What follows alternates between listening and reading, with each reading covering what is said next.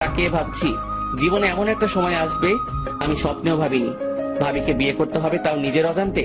এসব ভাবতে ভাবতে কখন যে চোখে পানি চলে আসলো টেরই পাইনি। কেউ একজন পেছন থেকে কাঁধের উপর হাত দেয়। তাকিয়ে দেখি বাবা। আব্বু তুমি এখনো ঘুমাওনি?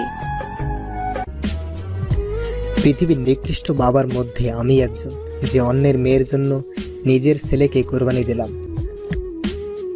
তোর সাথে আমি অনেক বড় অন্যায় করেছি। এই বয়সে সবাই ঘোরাফেরা করতেছে, আর আমি তোর কাঁধে সব চাপ তুলে দিলাম। আবার তোর অমত থাকা সত্ত্বেও অবন্তীর সাথে তোর বিয়ে দিয়ে দিলাম। ধুর, তুমি এগুলো কি বলো? তোমার যেটা ভালো মনে হয়েছে সেটাই করেছো।